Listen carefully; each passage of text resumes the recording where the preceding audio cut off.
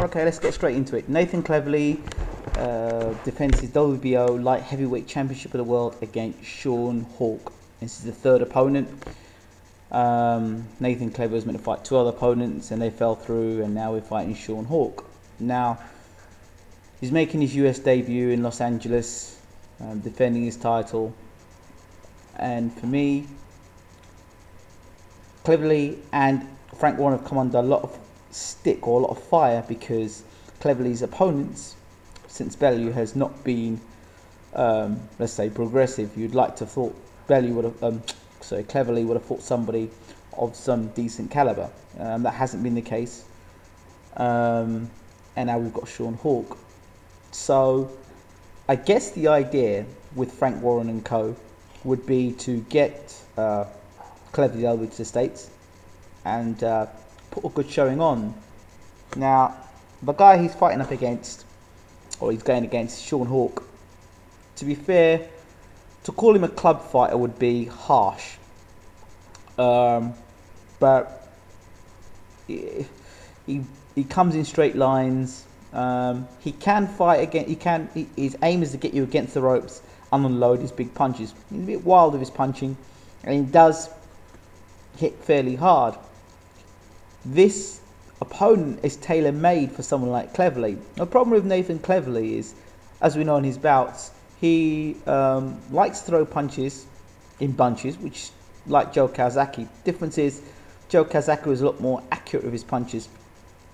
I find Cleverly throws a lot of punches and wastes a lot of energy in doing so, but he's a very fit lad.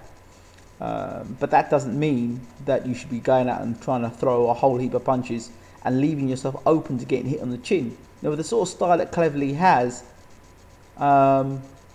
he's always vulnerable to getting caught on a counter, and he's always vulnerable to a big puncher, a wild big puncher, because he's throwing all these punches and one can come back in return.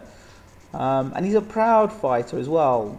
Cleverly's a guy that's not going to go running anywhere. He's going to stand in the middle of the ring and try and have a war with you, when he could use all his skills, his attributes. He's taller, he's probably got longer reach, and box. I'd like to see Cleverly show some boxing skill and try and get Hawk out of there within 6 rounds. I'd like to see that happen. Using his boxing skill, using his jab, throwing his punches, putting his punches together. But are we going to see that? Is Cleverly's pride and his ego going to get the better of him for this fight? Can Hawk win the fight? Well, I'm sure he could throw a punch and could connect, but I don't think so. I think that Cleverly's got to stay off the ropes in this fight. Must stay off the ropes.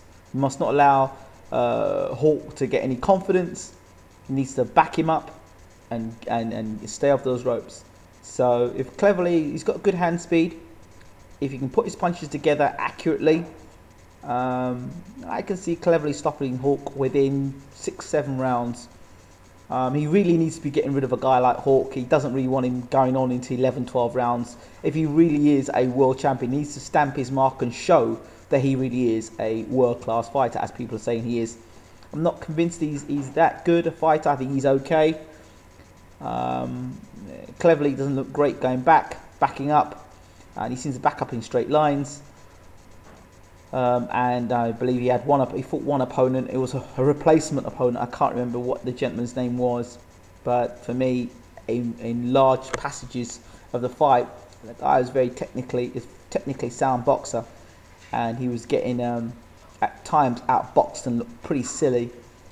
I just hope that Cleverly boxes with his brain and not with his balls tonight.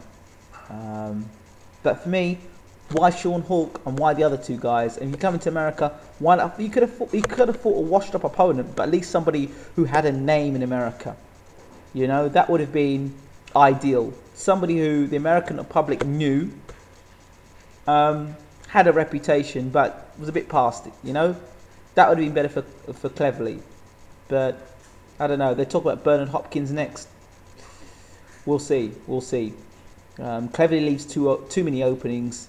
And the Hopkins fight is not a foregone conclusion, because for me, Hopkins is a wily old fox, and I think he may have too many tricks in the book for someone like Cleverly.